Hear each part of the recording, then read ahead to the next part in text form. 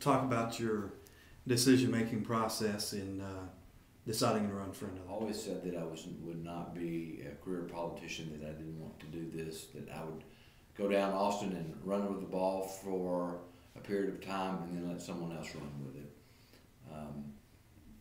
And so as long as I feel like there is really a need, especially this session, I felt with all the changes that there really is a need for experience and knowledge of the process, and there's a lot of things that I still want to get done. And I think I'm believing in the same premise as the day I ran, is I'm concerned that we do not have enough business people in the legislature, and that we need people in the legislature that are small business people. And so those all came into to the decision part of, do we still have the fire in the belly to go through, because it is like working two full-time jobs, and it's lots of hours, and it's not just in every other year like people talk about. I do legislative stuff almost every day of the week, no matter if we're in session or not. Learning the process is very, very important, and how everything works, and the new ways of doing it, other than just filing a bill. So many times now you're able to put on amendments or attach an amendment to an amendment. And so learning those avenues, it's just so much done other than filing a bill but attaching amendments to other people possible, that we could have as many as 40 new freshmen, and maybe more than that. And we had 37 freshmen in the last session.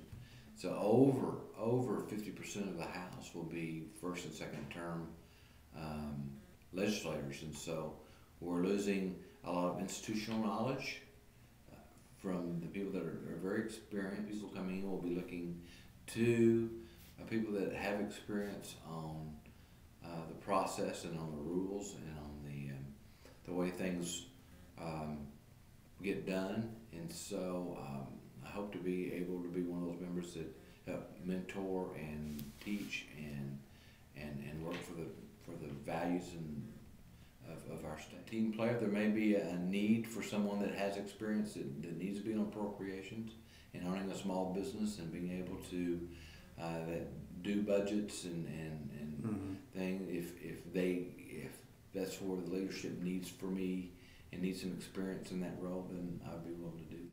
For me, the best part of the job is when someone has a problem with a state agency or state government, and you can make phone calls and really make a difference. Pretty amazing to me.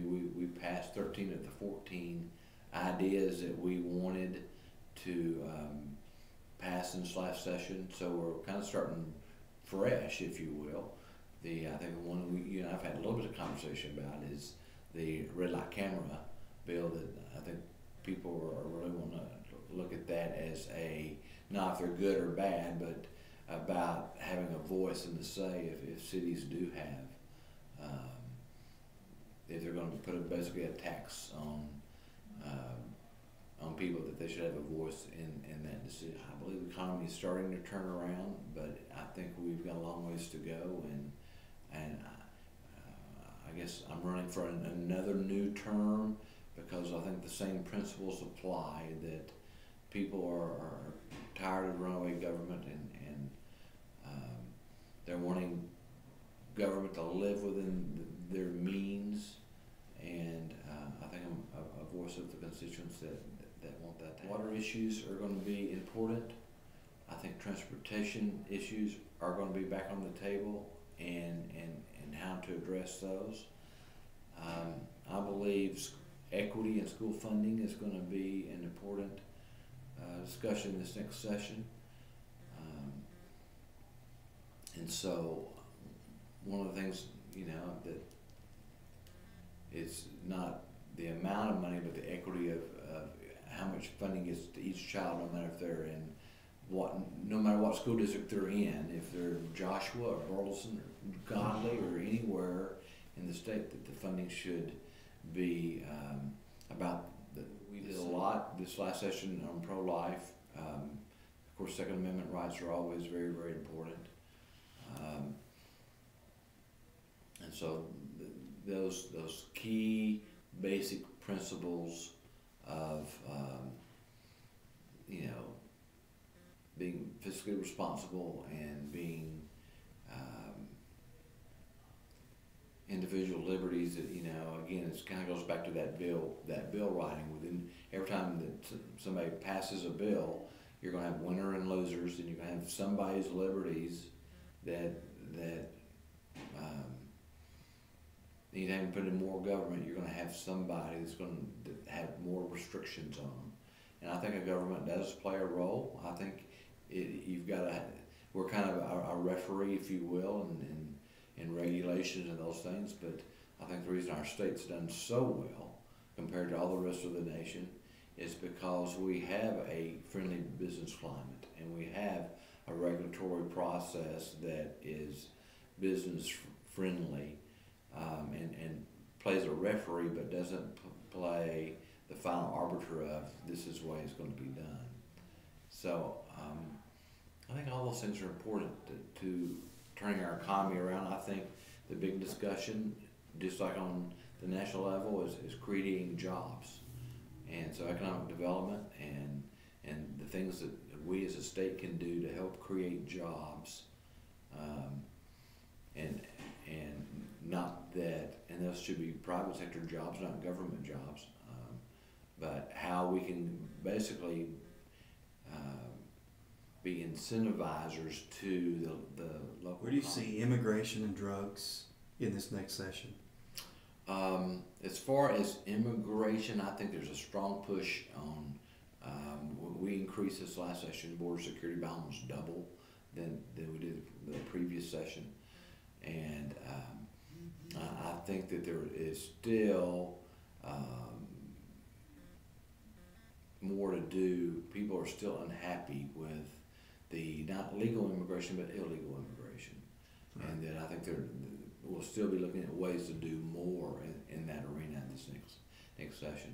As far as drugs and border security, that goes along with, to me, the border security and trying to be sure that we're eliminating, and hopefully through the process of the 2012 election, I think that's a huge issue on the national level, and they're going to get serious about border security and illegal immigration being a federal. Definitely, I believe that the 10th Amendment is critical. I think the federal government in the last several years has done such an overreach. I think they've done an overreach in the redistricting itself, in the process, and with Obamacare and the overreach of telling everyone that they have to have insurance no matter if they want it or not. That when the federal government says you now are mandated to buy a product, then where does it ever stop? And so I think the 10th Amendment, standing up for states' rights, I don't think the federal government has the ability to do that.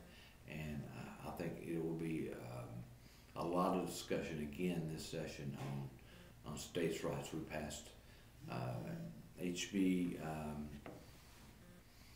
51. It was a joint on states' rights last time, and to send to the federal government saying, look, we're fed up with the overreach, and so I think we'll even do more than this. This is energized. This is the first day I ran to represent the people of Johnson and Bosque County, and that will want to ask for another opportunity to do that again.